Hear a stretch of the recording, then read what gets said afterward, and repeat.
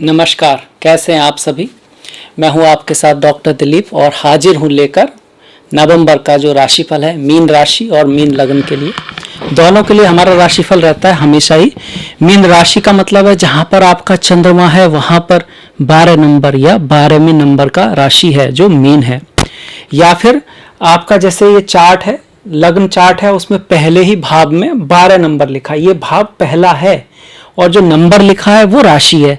तो पहले भाव में 12वीं राशि है, मतलब कि आपका मीन लग्न है। तो इस तरह से दिखती है आपकी कुंडली। अब इसमें जो ग्रह नक्षत्र हैं वो हम देख लेते हैं और फिर बात करेंगे आपके जीवन के किस क्षेत्र में क्या परिवर्तन आ सकते हैं और क्या सावधानियां, क्या खुशखबरियां इस बार हैं और किन चीजों का थोड़ा हमें ख्याल रखना है।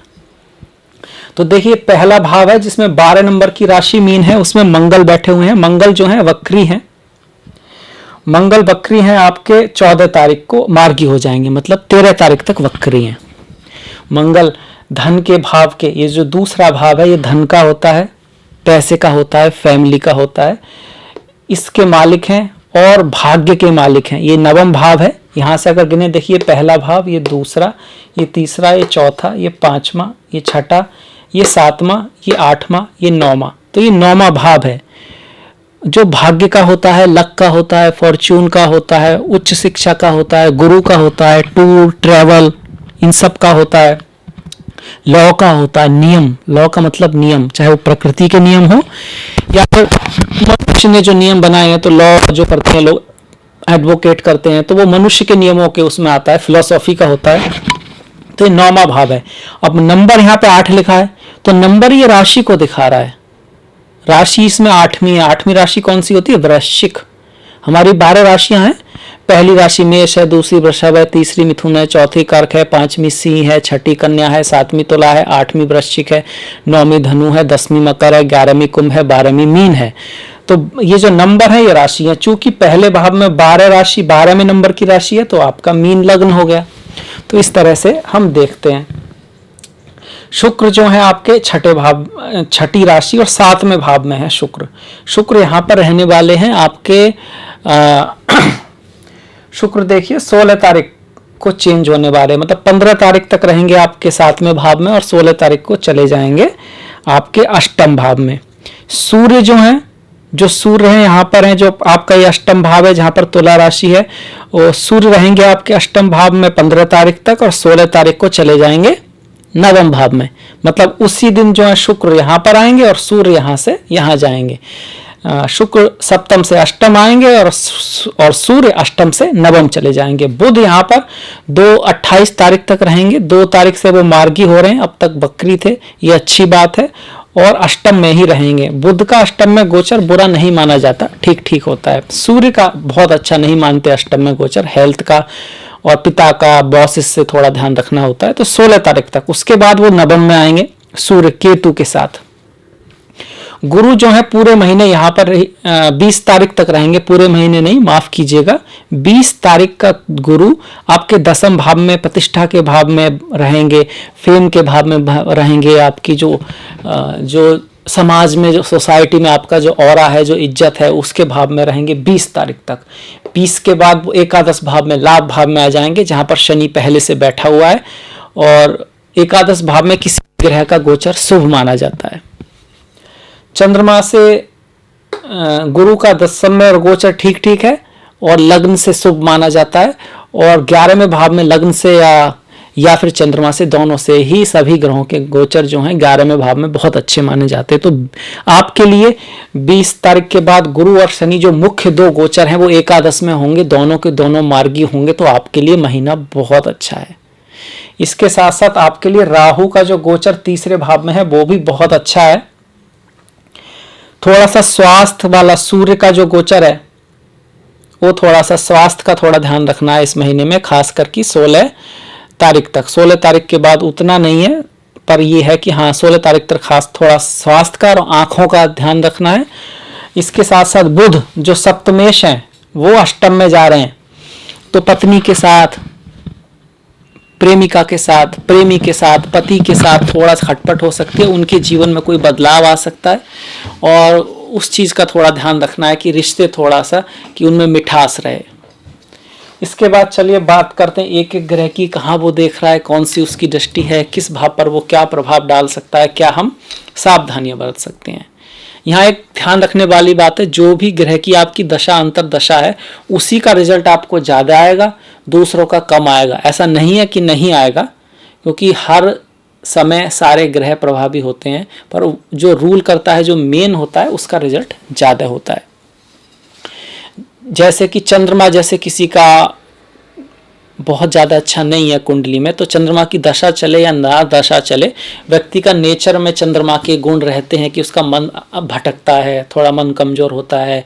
हाँ, जब चंद्रमा का समय आएगा तो और ज़्यादा मेंटल प्रॉब्लम या डिप्रेशन टाइप आ सकता है, अगर उस पर शनि राहु इन सब की दृष्टि है, युति है वो, और उसके आसपास ग्रहों जो हैं वो नहीं है, जिसको हम आपका को केंद्रम दोष बोलते हैं।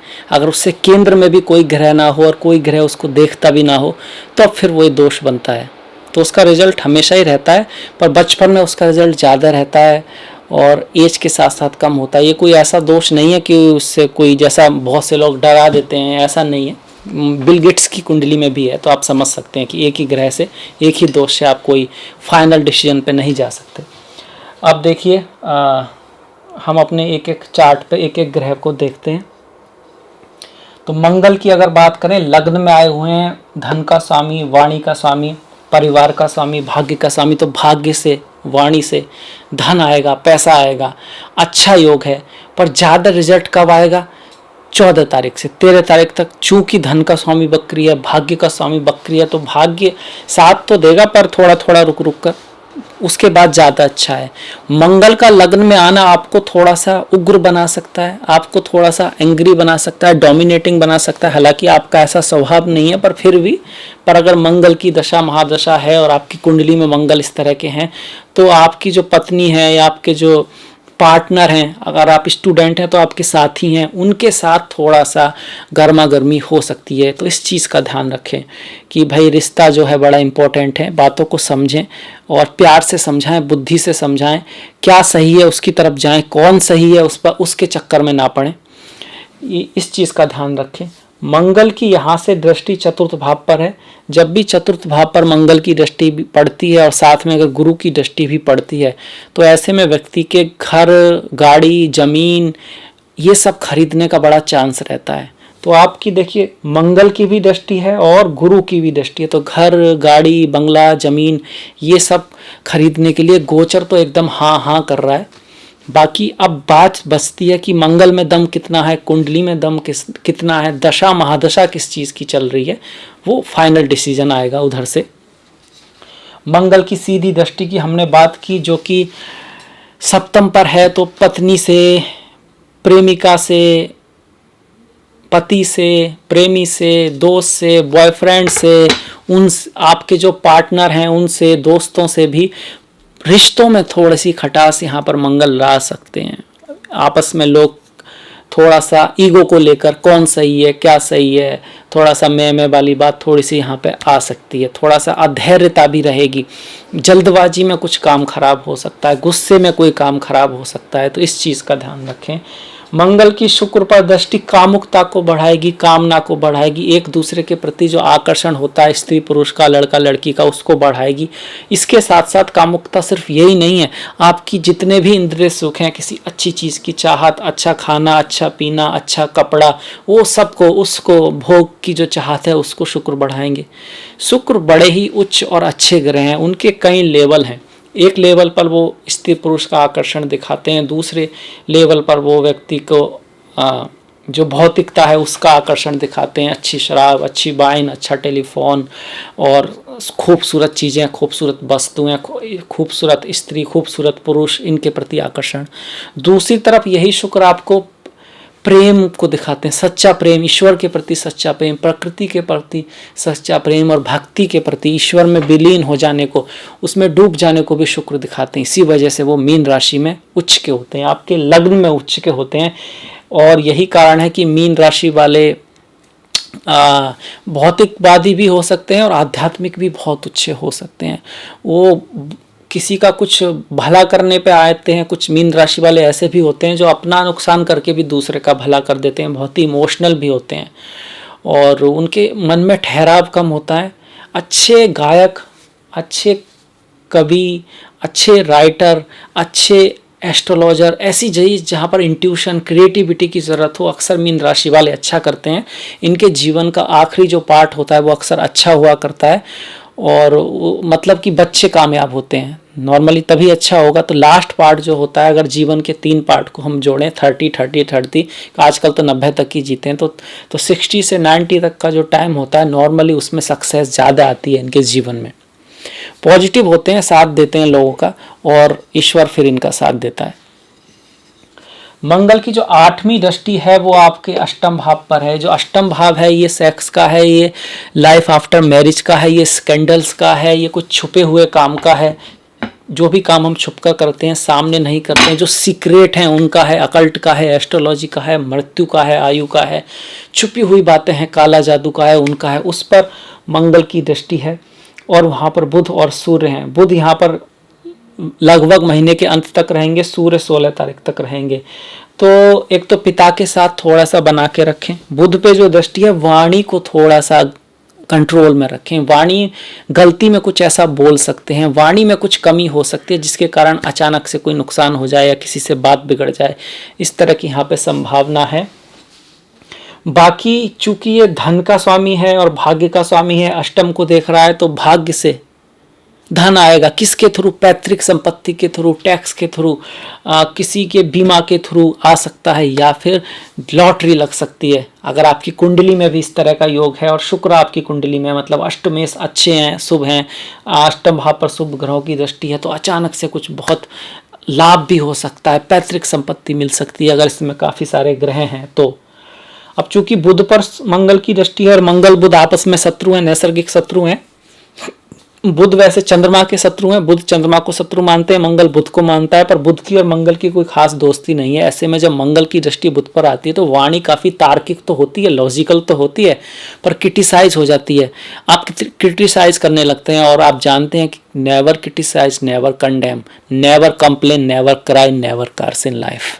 मतलब ये किसी की कभी भी बुराई ना करें, किसी का कभी भी खंडन ना करें, कंप्लेन ना करें, रोए नहीं जिंदगी में, और कभी किसी को श्राप ना दें।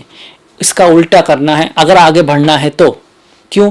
क्रिटिसाइज करने से आप उसके चक्कर में पड़ जाते हैं, अपने को छोड़ देते हैं। दूसरे को खंडन करने से आप उस तरफ मुड़ जाते हैं। हो सकता है उस व्यक्ति सही ना हो, उसका खंडन करें, पर आप उसका तो कुछ, उसको बदलना तो उतना मुश्किल नहीं है, पर आप अपने ऊपर से फोकस उठ जाता है। और लाइफ का काम क्या है? जीवन का असली मकसद है अपने आप को अपग्रेड करना, अपने आप को सुधारना। जितनी मेहनत काम पे करते हैं उसकी मेहनत, उससे आधी मेहनत अपने ऊपर करें तो काम बढ़ेगा। मतलब अपने आप को योग्य बनाएं, अच्छी किताबें पढ़ें, अच्छी कोई ट्रेनिंग लें, अच्छी ज्ञान प्राप्त करें। आप जब जहाँ जाएं, बोलें, तो दिखना चाहिए लोगों को कि ये व्यक्ति कुछ और है, अलग है, इसको तो उच्च पोस्ट पे होना चाहिए। अपने ऊपर काम करें तो आप आगे जाएंगे। और इसके साथ ही धर्म के पथ पर चलते रहें, सही रास्ते पर चलते रहें, क्योंकि वो भी अपने ऊपर काम करना ही है। सिर्फ चालाक होना जरूरी नहीं है, बुद्धिमान होना ज़्यादा जरूरी है, बड़ी पिक्चर देख पाना ज़्यादा जरूरी है। पैसे से ज़्यादा समय की कीमत होती है, पर करते हम उल्टा ही हैं। 100 रुपये के लिए 10 घंटे खराब कर देंगे, और 10 घंटे खराब करते वक्त बिल्कुल नहीं सोचेंगे। 100 रुपये का नुकसान हो जाएगा तो उसे सोचेंगे, बल्कि है उल्टा कि समय की कीमत पैसे से कहीं ज़्यादा है।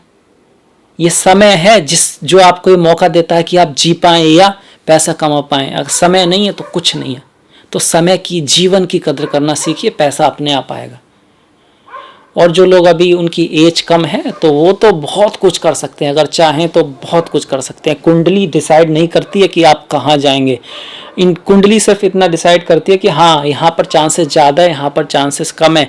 ऐसा डिसाइड नहीं करती कि आप नहीं उड़ेंगे तो उड़ा देगी, ऐसा नहीं करती। अगर ऐसा होता तो मैं हमेशा ही उदाहरण देता हूँ, आप अपनी बहनों को देखिए, अपनी माताओं को देखिए, जो पिछली जो औरतें हैं उनको देखिए, उनकी क्या कुंडली में अच्छे ग्रह नहीं थे क्या? जो कभी फ्लाइट ही नहीं उड़ाती थी, कभी स्पोर्ट्स में ही नहीं जाती थी, कभी स्विमिंग नहीं करती, और अब सबके अच्छे हो गए हैं।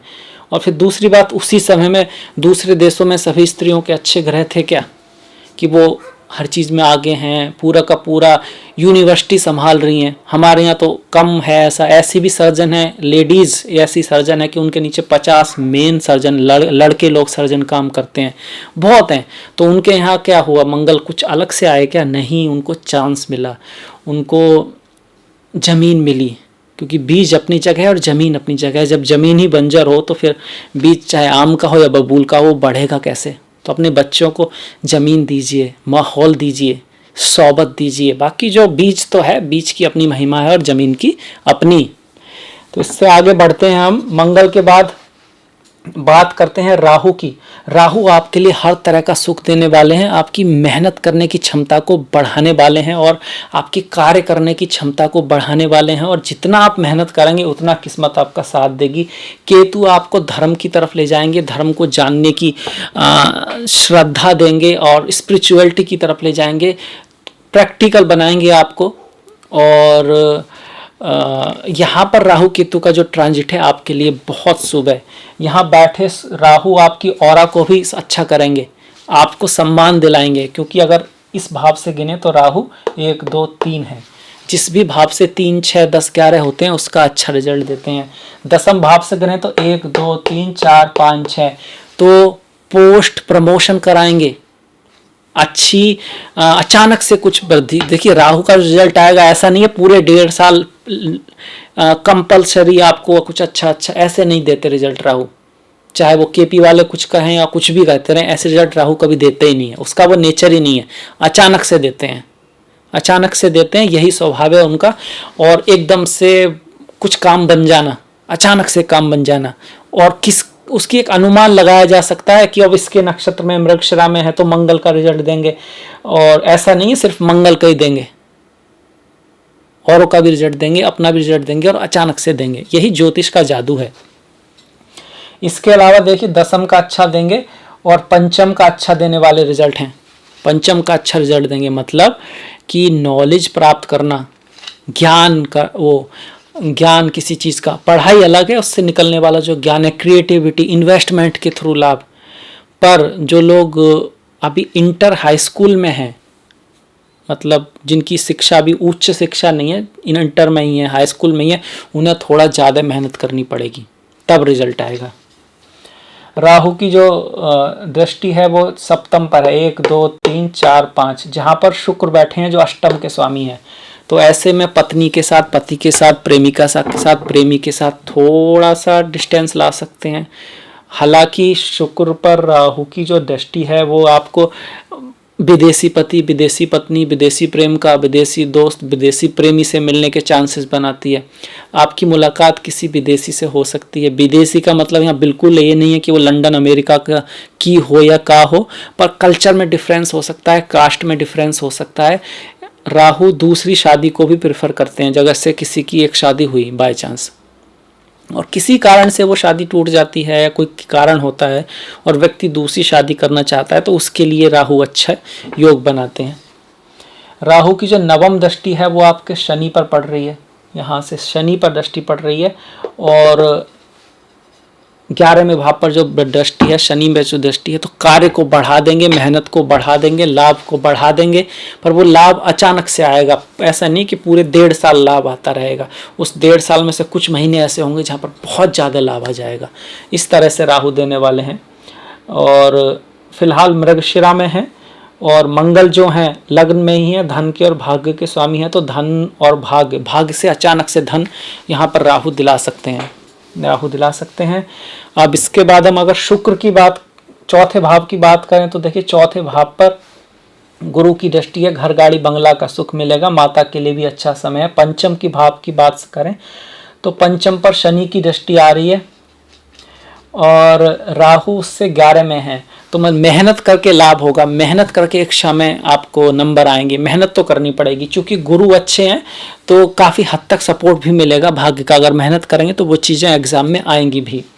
बच्चों के लिए अच्छा समय है, क्योंकि राहु इससे 11 में है, इस भाव से, और गुरु जो है, जो कि बच्चों के कारक हैं, उस पंचम भाव के कारक हैं, वो अपनी ही राशि में है। उसके बाद भी उनका नीच भंग हो रहा है, तो अच्छा समय है बच्चों के लिए, एजुकेशन के लिए अच्छा समय है। गुरु की जो दृष्टि है अगर हम उसको ध्यान दें तो द्वितीय भाव पर जो दृष्टि आ रही है तो फैमिली में इंक्रीजमेंट को दिखाती है, फैमिली में धन आने को दिखाती है, फैमिली में नए मेहमान को आने को दिखाती है। शादी विवाह के लिए भी समय अनुकूल है, हालांकि बहुत अनुकूल नहीं है, क्योंकि द्वितीय भाव पर गुरु की दृष्टि भले ही है पर सप्तम भाव में जो है अष्टम के स्वामी है और राहु की दृष्टि है, तो बहुत ज़्यादा अनुकूल तो नहीं है। पर हाँ, धन के मामले में थोड़ा सा है, शादी विवाह के मामले में ये महीना, नवंबर का महीना, थोड़ा सा कह सकते हैं कि बहुत ज़्यादा पॉजिटिव नहीं है। खास करके अगर बात की जाए तो शुरू के जो 16 तारीख है या 20 तारीख तक थोड़ा सा है, क्योंकि 20 तारीख के बाद जैसे ही गुरु यहाँ आएंगे उनकी नवम दृष्टि सप्तम पर आएगी, वो फिर शादी के योग बना रही है। तो 20 तारीख के बाद किसी को आपको प्रपोज करना है, कोई आपको पसंद है, लड़की लड़का, प्रेमी प्रेमिका, तो 20 तारीख तक थोड़ा सा वेट करें तो बहुत ज़्यादा चांसेस है कि वो हाँ कहेगी या हाँ कहेगा, और वो चीज़ सफलता की तरफ जा सकती है, जहाँ तक कि गोचर का सवाल है। इसके बाद हम अष्टम के स्वामी की बात करें। अष्टम का स्वामी छठे भाव में जाकर नीच का हो रहा है, तो विपरीत राजयोग बना रहा है, क्योंकि एक तो दुष्टाना का हाउस का स्वामी दूसरे उष्ठाना में जाकर अगर कमजोर होता है और लग्न का स्वामी स्ट्रांग हो, इसी को नीच भंग राजयोग, इसको हम विपरीत राजयोग कहते हैं, और ये हर्ष नाम का विपरीत राजयोग है। ऐसे में व्यक्ति को शत्रुओं के परास्त होने की वजह से सफलता मिलती है। मतलब कोई आपका शत्रु है, कोई आपको बहुत ज़्यादा पसंद नहीं करता है और उसने कुछ उल्टा सीधा कर दिया, बॉस ने कहा इसे निकालो यहाँ से, और फिर चूंकि वो निकल गया, जगह खाली हो गई और एक तरह की अपॉर्चुनिटी बन गई, और बाहर से कोई अभी लेने में टाइम लगेगा, तो बॉस कह देता है ऐसा कीजिए, आप आ जाइए, तो आपको उसका विपरीत राज, ये जो हुआ विपरीत राजयोग का फल मिल जाता है। इस तरह से मिलता है, किसी शत्रु के नुकसान होने से आपको ऊपर उठा दिया जाता है। इसी को हर्ष नाम का विपरीत राजयोग कहते हैं। इसके बाद अगर हम सप्तम की बात करें, हम कर चुके हैं सप्तम की बात कि उसमें अष्टम का स्वामी आ रहा है, उस पर राहु की दृष्टि आ रही है। पर 20 तारीख के बाद जब गुरु की दृष्टि आएगी तो रिलेशंस में, कॉन्ट्रैक्ट्स में, बिजनेस में, प्यार में, मोहब्बत में, उन सभी में सुधार आएगा। और 20 तारीख तक थोड़ा सा ध्यान रखना है, एक दूसरे का ध्यान रखना है, बड़े ही प्रेम से रहना है, बुद्धिमानी से और डिप्लोमेसी से और स्पिरिचुअलिटी, आध्यात्मिकता से चीज़ों को देखना है, तो उससे भी कुछ निकल कर आएगा, उससे भी कुछ सीखने को मिलेगा। जब व्यक्ति को गुस्सा आता है और वो उसको समझ लेता है और उसका उपयोग करता है, मतलब कि उसको शांत कर देता है, दबाता नहीं है, समझ जाता है और फिर गुस्सा आना ही कम हो जाता है, तो वो जो एक तरह की मुसीबत थी वो अपॉर्चुनिटी बन गई, क्योंकि उससे व्यक्ति ने अपने मन को कमांड करना सीख लिया, अपने आप को अच्छी तरह से जीना सीख लिया। तो हर एक मुसीबत अपने साथ अपॉर्चुनिटी लेकर आती है।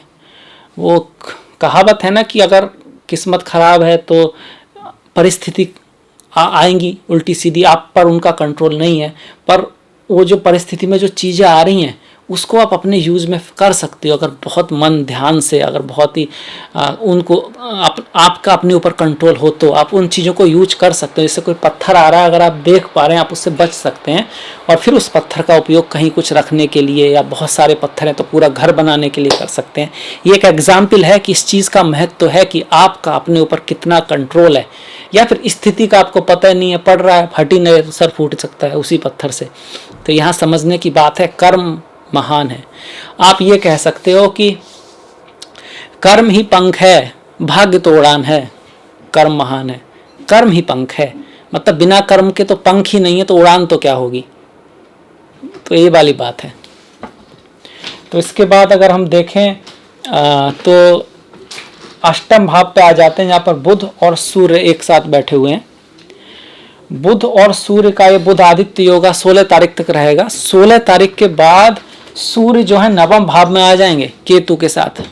अब सूर्य का नवम भाव में आना तो अच्छा है, पर चूंकि केतु के साथ हैं तो धर्म के लिए, स्पिरिचुअलिटी के लिए तो अच्छा है। केतु आत्मा पे, केतु मोक्ष की तरफ ले जाने की कोशिश करेंगे आपका मन, पर थोड़ा पिता की सेहत का ध्यान रखेंगे पूरे ही महीने, क्योंकि यहाँ पर सूर्य अष्टम में है, वहां पर सूर्य केतु के साथ हैं, बॉस के साथ मिसअंडरस्टैंडिंग हो सकती है। आत्मविश्वास में थोड़ा सा ये रहेगा कि जहां पर नहीं बोलना वहां बोल सकते हैं, अचानक से कुछ ऐसा कह सकते हैं जो कि बिन सर पैर का लगे दूसरों को, क्योंकि केतु का सर नहीं होता। इस तरह से ऐसी बातें हो सकती हैं, इस चीज़ का ध्यान रखें।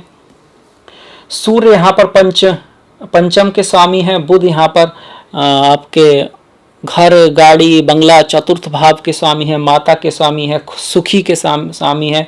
और छठे से वो आपके पत्नी, स्पाउस, मैरिज, कॉन्ट्रैक्ट, यात्रा, ओपन एनिमी, बिजनेस, फेम, मास फेम, पब्लिक फेम, उसके स्वामी है, वो अष्टम में जा रहे हैं। तो बदनामी होने के भी चांसेस बनते हैं। घर गाड़ी बंगला अगर आप खरीदते हैं तो बड़ा ध्यान दें उस चीज़ पर कि डॉक्यूमेंट्स वगैरह में गलती ना हो, इस सब का ध्यान रखना है। क्योंकि मंगल लग्न में है तो इन चीज़ों से लाभ तो हो सकता है, पर चूंकि बुध अष्टम में है तो डॉक्यूमेंट्स वगैरह जो कम्युनिकेशन वाला पार्ट है उसका ध्यान रखें। बाकी चतुर्थ का यहाँ जाना, आपको समाधि में आनंद आएगा, आपको जो छिपी हुई चीज़ें हैं उन्हें करने में आनंद आएगा। इसके साथ साथ अकल्ट, एस्ट्रोलॉजी, इस सब में आनंद आएगा। और मैरिज का जो सुख होता है, स्त्री पुरुष का जो सुख होता है, उसमें भी आनंद आएगा। पर रिलेशन में थोड़ा सा गड़बड़ रह सकती है, जो कि हम बात कर चुके हैं।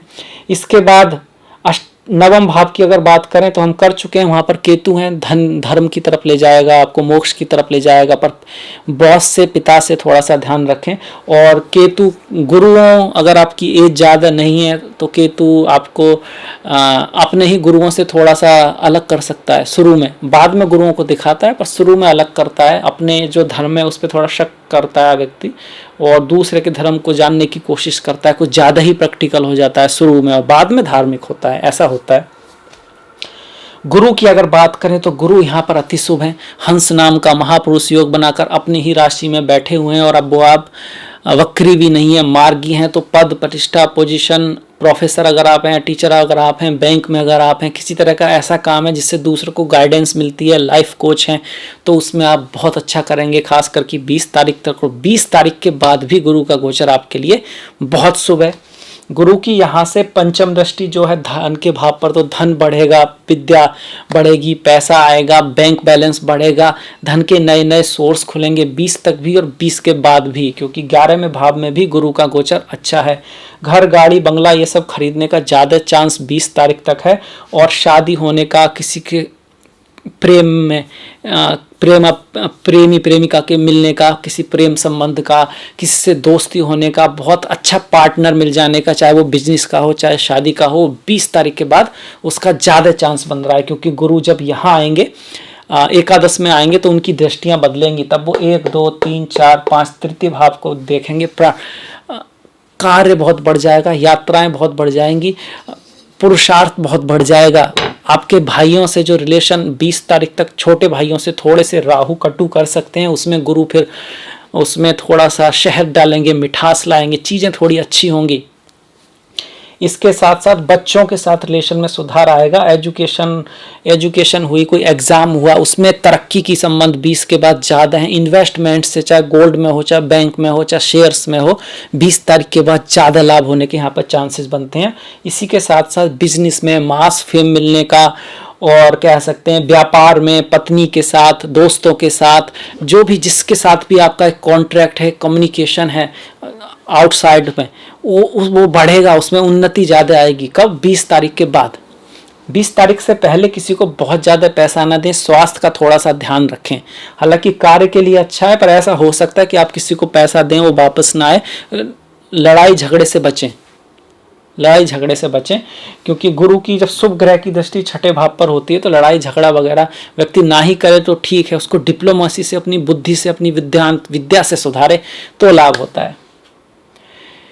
इसके बाद अगर शनि की बात करें तो शनि एकादश भाव में अच्छे होते हैं। यहाँ से उनकी लग्न पर दृष्टि है, जो मंगल वहाँ पर बैठे हुए हैं। एकादश के शनि शुभ फल देते हैं, क्योंकि भाग्य भाव से तीसरे हैं, तो भाग्य को बढ़ाएंगे, भाग्यवश चीज़ों को बनाएंगे। इसके साथ साथ 1 2 3 4 5 6 रोग ऋण, इस भाव से छठे हैं, रोग ऋण शत्रु को शांत करेंगे। मतलब आपके रोग ठीक होंगे। ऋण आपका अगर आपने ले रखा है तो उतर जाएगा, बैंक से अगर आप ऋण लेना चाहते हैं तो मिल जाएगा, शत्रु आपके परास्त होंगे। अगर हम इस भाव से गिनते हैं लग्न से, तो ये 11 में है, मतलब आपकी ऑरा में वृद्धि होगी, लोग आपकी बात मानेंगे, लोग आपकी बात सुनेंगे, लोग आपकी इज्जत करेंगे, और एक स्टेटस जो होता है व्यक्ति का, उसको ये शनि बढ़ाने वाले हैं।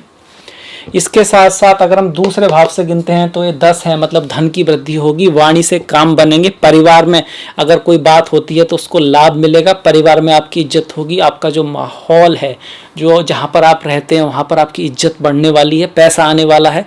इसीलिए गुरु, इसी वजह से शनि को यहाँ से गोचर अच्छा माना गया है, क्योंकि जिस भी भाव से वो क्या होते हैं, 3, 6, 10, 11 होते हैं, राहु की तरह ही उनका शुभ फल देते हैं। खुद की जो दृष्टियां जैसे तीसरे भाव पर है तो मंगल है, तो मंगल को थोड़ा कॉन्ट्रैक्ट करने की कोशिश करेंगे, कहेंगे भैया कल कर लेंगे, पर आपको उसको सुनना नहीं है, कहना आज ही करना, अभी करना है, क्योंकि बिना करे तो कुछ है नहीं। कर्म ही पंख है, भाग्य तो उड़ान है। तो पहले तो पंख ही होने चाहिए, उड़ेंगे तो तब।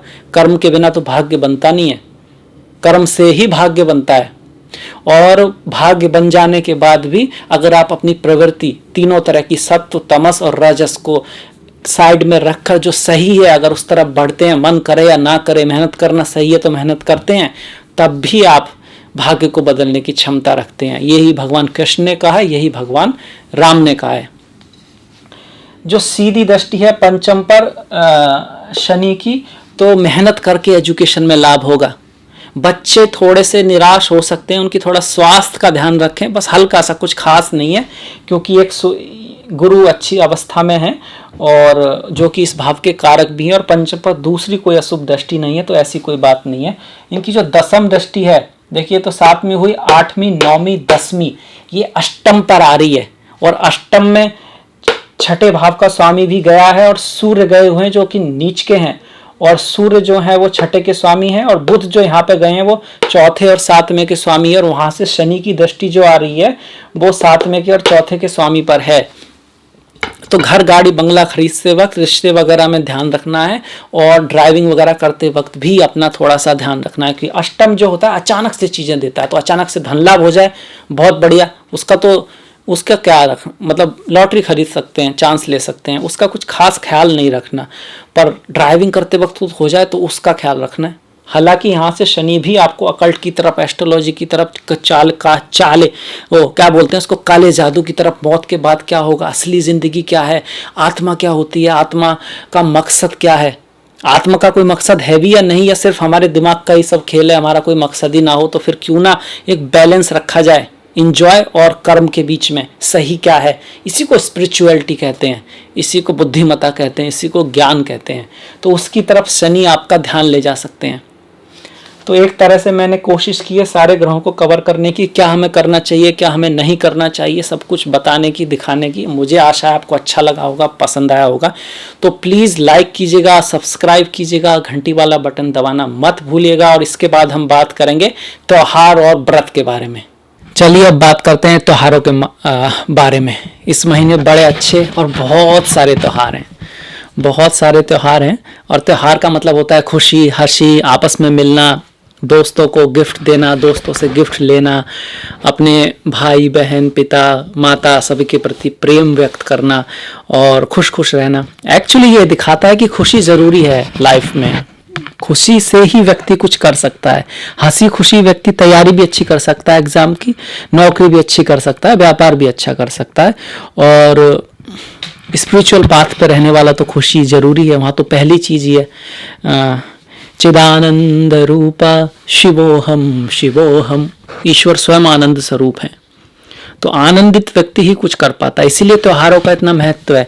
हम थोड़ा सा गलती ये कर लेते हैं कि हम कुछ बनने के लिए उसके बाद सोचते हैं कि उससे आनंद आएगा। ऐसा नहीं है, कुछ बनने के लिए आनंद होना जरूरी है।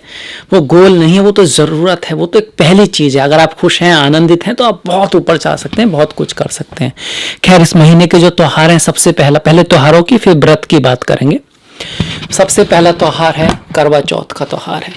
इस त्योहार में स्त्रियां अपने पति के लिए व्रत करती हैं, और इसमें वो कहानी भी है सावित्री वाली। 3 पग आगे बढ़े थे तो यमराज से उनको वापस ले आई थी। तो यहाँ से स्त्री की ताकत, इसलिए स्त्री की संकल्प शक्ति का एक उदाहरण मिलता है। जो काल से भी अपने पति को वापस ला सकती है, वो कितनी शक्तिशाली हो सकती है स्त्री।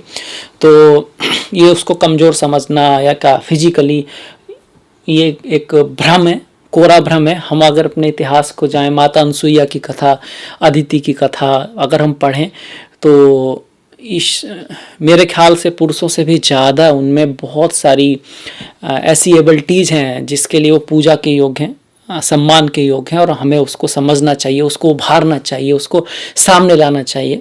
तो करवा चौथ का त्यौहार है, बहुत खूबसूरत त्यौहार है। उसके बाद धनतेरस माता लक्ष्मी का है। इस दिन भारत के अलग अलग राज्यों में अलग अलग जगह पर अपना अपना है। माता लक्ष्मी और भगवान श्री गणेश की पूजा होती है। कुछ सामान खरीद के लाते हैं तो बोलते हैं कि लक्ष्मी आएगी, धन आएगा। बात भी सही है। वो कहने का मतलब ये है कि आप खर्च करते हैं तो आप कमाते भी हैं। आप सिर्फ बचा के तो अमीर नहीं हो सकते। आप जिस भी व्यक्ति को ले लो, जिसको भी ले लो दुनिया में जो बहुत अमीर अमीर व्यक्ति हैं, वो ऐसा नहीं है कि बिल्कुल खर्च नहीं करते। उनका खर्च होता है, उनके घर करोड़ों में होते हैं, उनका खर्चा भी काफ़ी होता है, पर उससे कमाते भी बहुत ज़्यादा है। उनका फोकस कमाने की तरफ होता है, अपने आप को एंजॉय करने की तरफ, और दूसरों को भी, दूसरों के लिए भी कुछ करने की तरफ। देखिए, अगर आपके पास ही कुछ नहीं है तो आप दूसरे का क्या कर पाएंगे। और जो व्यक्ति ये कहता है कि भाई संसार माया है, तो वो कहता तो सही है, पर उसका ये मतलब कतई नहीं है कि आप पैसा नहीं कमाएं या धन ना कमाएं। और जो ऐसा कहता भी हो, उसके पास जो भी हो, आश्रम हो, जो भी हो, उससे कहो कि भाई इसे मुझे दे दो। वो माया वाला वो बहुत बड़ा टॉपिक है, पर उसका अर्थ कई बार लोग ऐसा ले लेते हैं कि धन तो स्वयं माता लक्ष्मी है। हाँ, वो अच्छे तरीके से आना चाहिए, उसका उपयोग अच्छे काम में होना चाहिए, उसका उपयोग दया के लिए, बूढ़े व्यक्तियों के लिए, माता पिता के लिए, आसपास के लिए, उन सबको सहायता करने के लिए होना चाहिए। उसका जो मेन मकसद पैसा कमाना ना हो, कि एक व्यक्ति जो पैसा कमा सके, जो कि संसार को सस्टेनेंस दे सके। इसीलिए माता लक्ष्मी के पति कौन है? विष्णु हैं। और यहाँ पर हम विष्णु के रूप में, हम ही ब्रह्मा विष्णु महेश हैं, हम लोग ही उनका काम कर रहे हैं। हमारे अंदर ही ईश्वर है, अहम ब्रह्मास्मि। तो जो व्यक्ति धन कमा रहे हैं वो कितने लोगों को रोजगार दे रहे हैं, लोगों का काम चल रहा है, तो एक तरह वो सस्टेनेंस दे रहे हैं, विष्णु का काम कर रहे हैं।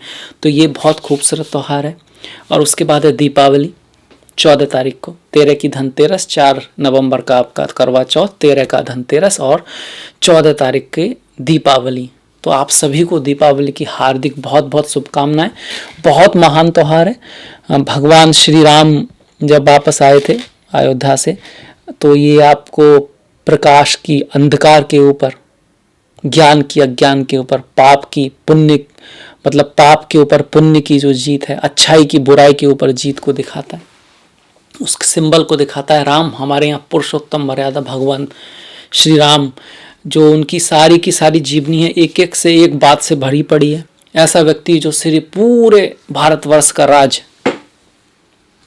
लेने के योग्य था, प्रजा भी उसके उसमें थी, राजा भी उसके पक्ष में थे, और वो भी बहुत योग्य था। वो सिर्फ अपने माता पिता के कहने पर 14 साल के लिए सब कुछ छोड़ के चला जाता है। ऐसा त्याग धन के मामले में कम ही मिलता है। इतना बड़ा जो उसका है, नियम के अकॉर्डिंग भी और लोगों की उसके अकॉर्डिंग भी, और जो उसकी कह सकते हैं एबिलिटी के अकॉर्डिंग भी, फिर भी चला जाता है।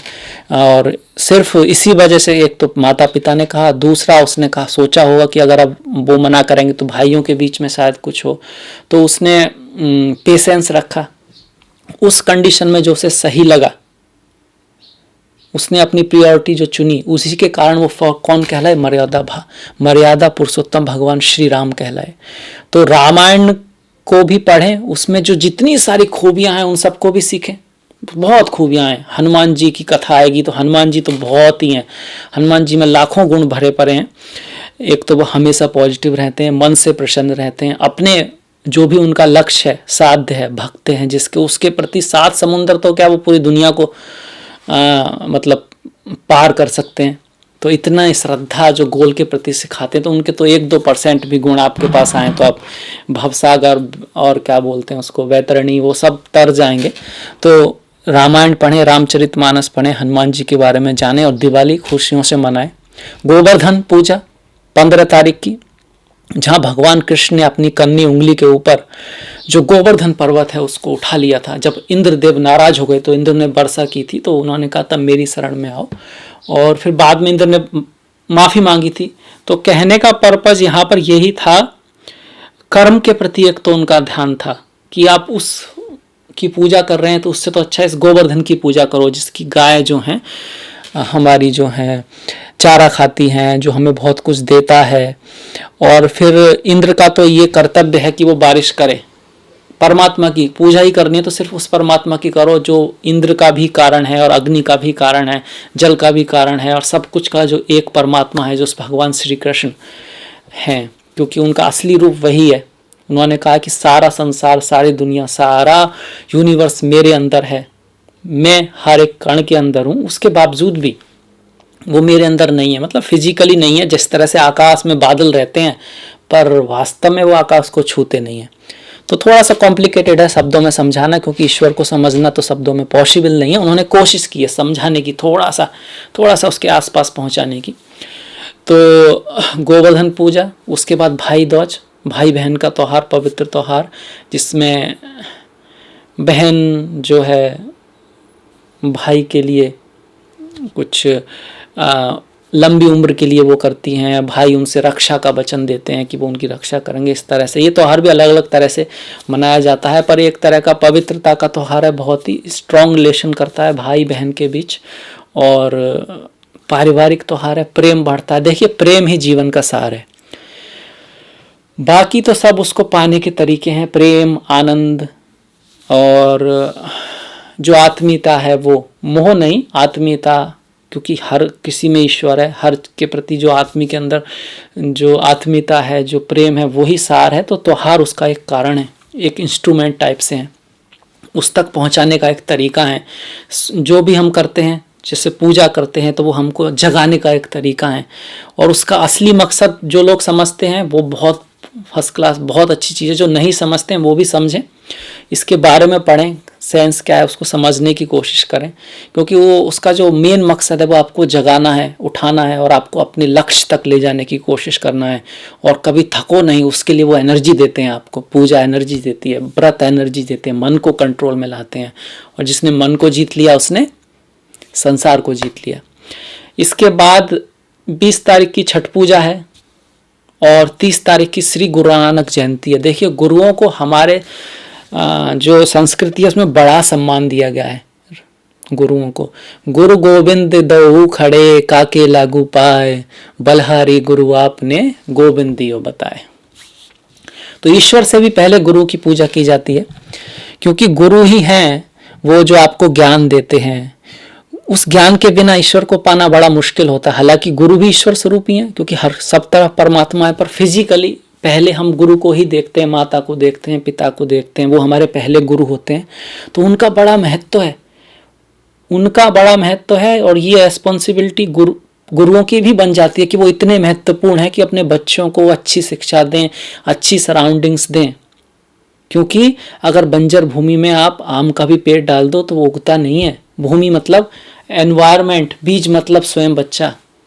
तो जहाँ तक बीज का इम्पोर्टेंट है, जैसे कहते हैं कि बोया बीज बबूल का तो आम कहाँ से आए, तो आधी बात है कहानी की, आधे रास्ते की बात है, कहानी का आधा पार्ट है। दूसरा पार्ट वो जमीन भी है कि जहाँ बोया वो कहाँ है भाई। तो वो जो एनवायरमेंट हमारी रेस्पॉन्सिबिलिटी है वो भी बहुत बड़ी बात है। जैसे कि अब एनवायरमेंट मिल रहा है तो हमारी बहनें, माताएं कितना कुछ कर रही हैं, फ्लाइट उड़ा रही हैं, एयरफोर्स में जा रही हैं, स्पोर्ट्स में जा रही हैं, स्विमिंग में जा रही हैं, और बाहर भी जा रही हैं, अपने ऊपर बो रही हैं, अपनी अपनी पूरी कंपनी की मालिक बन गई हैं। और जब एनवायरनमेंट नहीं था तो ग्रहों के ऐसे ही होने के बावजूद कोई एक आध को छोड़कर, एक्सेप्शनल आर ऑलवेज देयर, वो बेचारी कुछ कर नहीं पा रही थी। तो ऐसा नहीं उनमें कमी थी, हम में ही कमी थी, हमने वो एनवायरनमेंट ही नहीं दिया। इसके बाद ये तो थे हमारे त्यौहार। अब व्रत की बात कर लें। व्रत बहुत महत्वपूर्ण है। व्रत का मतलब होता है अपने आप को स्ट्रांग बनाना। आप वीक नहीं होते जब खाना नहीं खाते। आपके दिल की जो सबसे महत्वपूर्ण शक्ति है कि आपने जो संकल्प लिया आप उसे कर पा रहे हैं। और बहुत से लोग व्रत को ऐसा भी है कि वो उससे ज़्यादा खा लेते हैं तो गलत करते हैं। व्रत का मतलब यही है कि मन को साधना, दिल को साधना, बलपूर्वक नहीं, समझदारी के साथ, अपने संकल्प के साथ कि मन करे ही ना। फिर वो और भी चीज़ें जो आप डिसाइड करेंगे जीवन में उसमें भी आपकी सहायता करेगा। तो पहला व्रत तो करवा चौथ का ही है, त्यौहार भी है, व्रत भी है। फिर 11 तारीख की रामा एकादशी है। यहाँ रामा माता लक्ष्मी से जुड़ा हुआ एकादशी है, धन धान्य को देने वाली एकादशी है। सच्चे मन, सच्चे दिल और पवित्र भावनाओं के साथ अगर ये त्यौहार किया जाए, हालांकि पूरे दिन पवित्र भावना जो रखेगा वो तो आगे भी पवित्र ही हो जाएगा, ये इसमें कोई शक नहीं है। तो इसे कर लें तो सारे पाप आपके प्रभु माफ करता है। अगर रिचुअलिस्टिक करें, पूरी तरह करें कि मन से, दिल से, पुण्य मन से पूरा दिन एक भी गलत विचार ना किए बिना, तो सारे पाप आपके माफ हो सकते हैं। 13 तारीख की शिवरात्रि है, प्रदोष व्रत है। भगवान भोलेनाथ जो आनंद स्वरूप हैं, जो ज्ञान स्वरूप हैं, जो इस संसार का सार हैं, भवानी, उमा भवानी, माता भवानी और भोलेनाथ, जो एक ही के दो पहलू हैं, एक ही सिक्के के दो पहलू हैं, उनका प्रदोष व्रत है, शिवरात्रि है। 15 तारीख की अमावस्या है। अमावस्या का त्यौहार, किसी का राहु खराब होता है या चंद्रमा कमजोर होता है या पितृश्राप वगैरह इस तरह की कहानी होती है, उसके लिए बहुत सारे रिचुअल अमावस्या को की जाते हैं। मंत्र सिद्धि के लिए भी इसका महत्वपूर्ण है। 16 तारीख की वृश्चिक संक्रांति है, मतलब सूर्य जो है तुला से अपनी नीच की राशि से वृश्चिक में जाएंगे। वृश्चिक तो वो संक्रांति है। यह आध्यात्मिकता के लिए बहुत अच्छा व्रत माना गया है। इसके साथ साथ 25 तारीख की देव उत्थाना या इसको प्रबोधनी एकादशी भी कहते हैं। इस दिन भगवान विष्णु क्षीर सागर से जगने वाले हैं, उठने वाले हैं, जो कि अल्प निद्रा में गए थे। 2 तरह की निद्राएं उनकी शास्त्रों में मिलती है, एक अल्प निद्रा, एक है महानिद्रा। महानिद्रा वो जब कल्प के अंत में, जो भगवान कृष्ण कहते हैं कल्प के अंत में ये सब मुझ में ही विलीन हो जाएगा और फिर से प्रकट होगा। जिस तरह हम अब यहाँ हैं, इससे पहले हम अव्यक्त थे, अव्यक्त हुए, फिर से अव्यक्त हो जाएंगे।